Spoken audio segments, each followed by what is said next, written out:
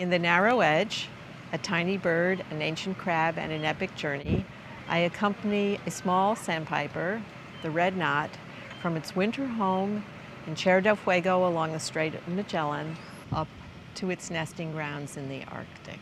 Along the way, I went to moonlit beaches on the highest of spring's high tides in the middle of the night to look at horseshoe crabs coming to lay their eggs in the sand. And I did that because in ways many of us have never considered, our lives are intertwined with these two animals living at the edge of the sea. I've been writing about the sea and the edge of the sea for my entire professional career. And now, this place, which is astonishingly rich and fertile, is becoming increasingly congested and fragile.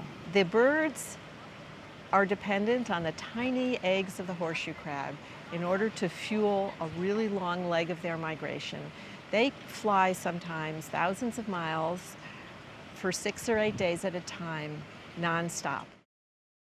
The blue blood of the horseshoe crab constitutes the only FDA-approved test to detect potentially dangerous contamination in our drugs and implanted medical devices. Almost none of us have experienced these potentially fatal endotoxin infections because of this ancient animal that many people have never seen.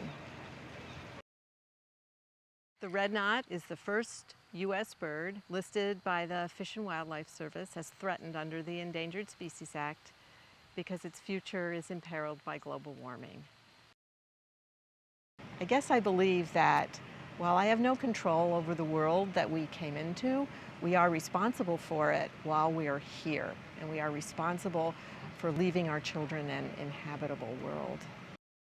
I'm really so grateful for this award because it will give voice to this story and bring it to a much wider audience.